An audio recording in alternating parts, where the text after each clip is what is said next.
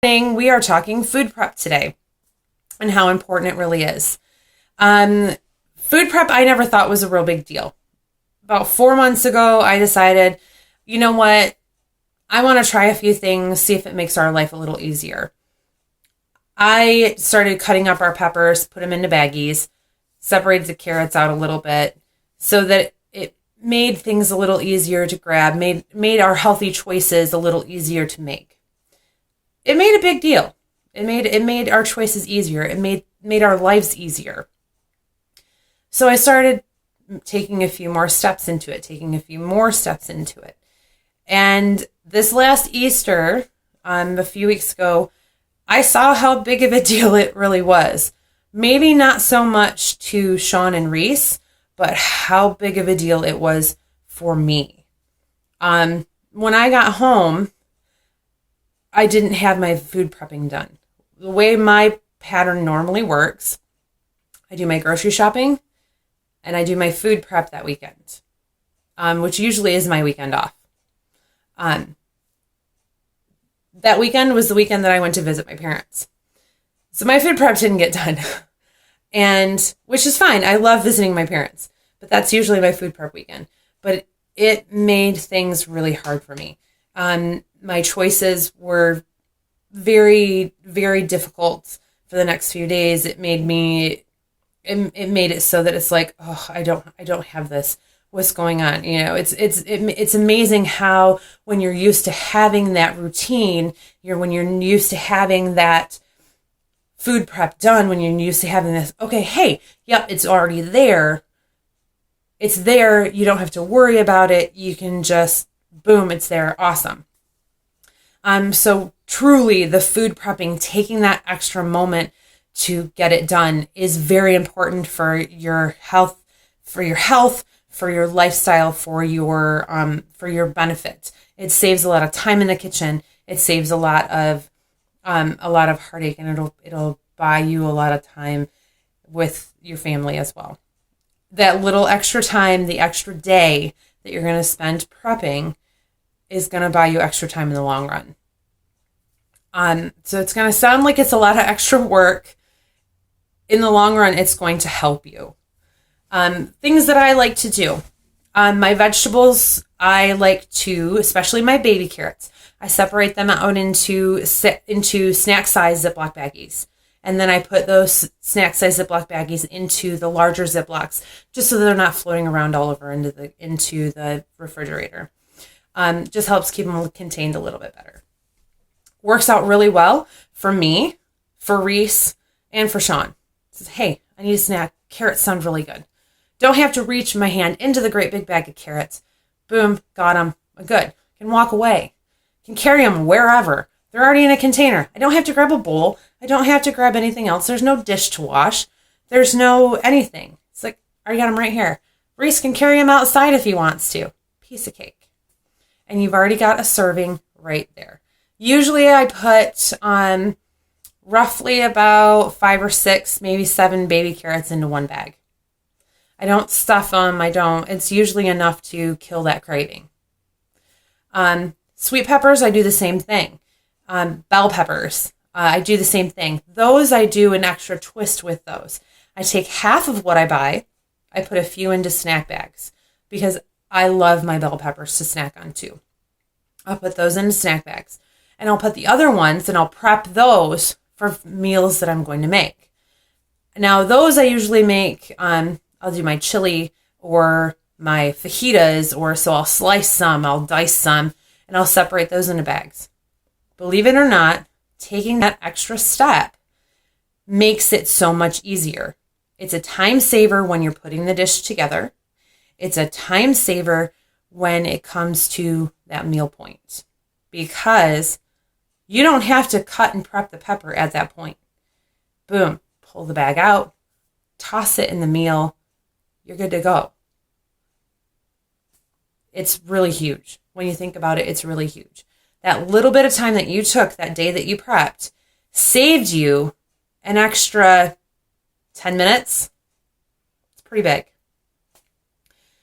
And it's going to save you time while you're getting other things done. And I know that moms with small kids, this is going to be a pretty big deal. The fruit with the mason jars, seriously, big tip. Try it. It works. Cut up your melon, your berries, grapes. It works great with grapes. Put them in the mason jar. Put the lid on tight. Don't need to add water. Don't need to do anything. Simply just put it in the jar. Put the lid on tight. Stick it in the fridge. It will keep your fruit up to 3 weeks. I don't think that it'll last in that jar. I think you'll eat it first.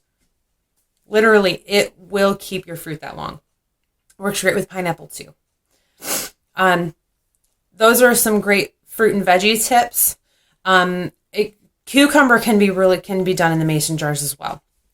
Because cucumbers can be a little bit difficult to get in your refrigerator, especially the hot house cucumbers or the little skinnier cucumber.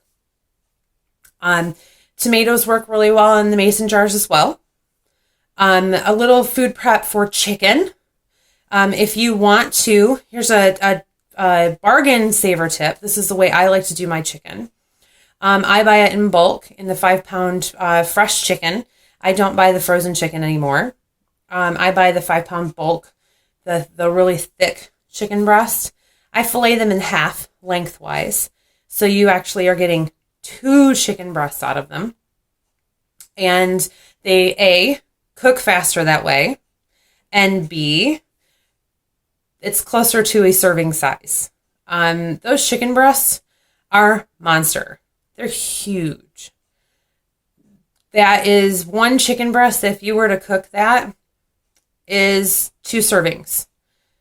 1 serving size of a chicken breast is a 1 serving size of protein or meat is the size of a deck of cards, or roughly 3/4 of a cup. So the chicken breasts that you buy, I fillet them in half, roughly a small chicken breast. Freeze them up, wrap them in the freezer paper, which you can get in any aisle, in the aisle with the Ziploc baggies or tinfoil. Wrap them up with a little bit of freezer paper. Stick them in your freezer. They last for quite a while. I do that a lot with my chicken. If you wanted to do something where you didn't have to defrost your chicken and you want something that was pre-cooked, you could pull out and stick in the microwave. Easy tip, if you've got a crock pot, some organic chicken stock, low sodium chicken stock, stick it in the crock pot overnight. On low is key. Stick it in there, cover it so that make sure that it's almost covered with chicken stock on low overnight.